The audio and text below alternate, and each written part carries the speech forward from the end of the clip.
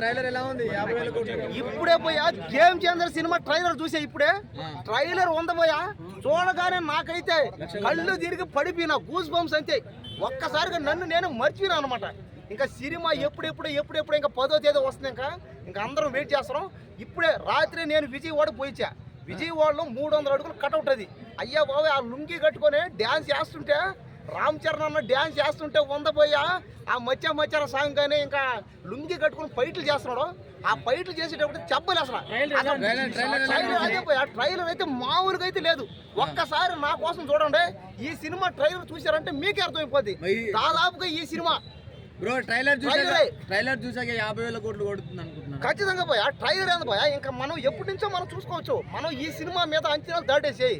ఎందుకంటే ఇప్పటిదాకా 300 అడుగులు కటౌట్ కట్టింది ఎక్కడ లేదు. ఏ సినిమా హీరోకి ఈ ప్రపంచంలో 300 అడుగులు కటౌట్ కట్టింది లేదు. చూసుకో, పాత రోజులు కూడా చూసుకో. ఫస్ట్ టైం అంటే ఈ రోజుల్లో ఇంత డెవలప్మెంట్ అయినా కూడా ఒక సినిమా హీరోకి అంత పెద్ద కటౌట్ కట్టారంటే ఏమని అర్థం? అతను పెద్ద గ్లోబల్ స్టార్. ఎలా చేశారు? ఉచ్చబోయించారంట కదా. సూర్య కూడా చేశాడు, కరెక్టే. అందరూ బాగానే చేశారు. ప్రతి ఒక్క క్యారెక్టర్ బాగానే చేశాడు, కాదంటలేదు. ఇందులో ఇంకా డైరెక్షన్ చాలా బాగుంది. కానీ రామ్ చరణ్ అన్న గురించి చెప్పాల్సింది చాలా ఉందన్నమాట. అది ఇంకా మనం సినిమాలో చూద్దాం. ఇంకా ఆయన గురించి చెప్పాల్సింది కూడా ఏమి లేదు. ఈ సినిమా ఖచ్చితంగా 50,000 కోట్లు దాటి 1,00,000 కోట్లు కూడా వచ్చే ఛాన్స్ ఉన్నాయి. గేమ్ చేంజర్ సినిమాకి 1,00,000 కోట్లు ఆయనకు అభిమానులు అందరూ పుష్ప సినిమా రికార్డులో బ్రేక్ చేస్తే అంతే. ఏ సినిమా కూడా ఇంకా గేమ్ చేంజర్ సినిమాని ఏ సినిమా కూడా టచ్ చేయలేదు అంతే. ఖచ్చితంగా నేను చెప్పింది అదే, మొదటి నుంచి చెప్పింది అదే.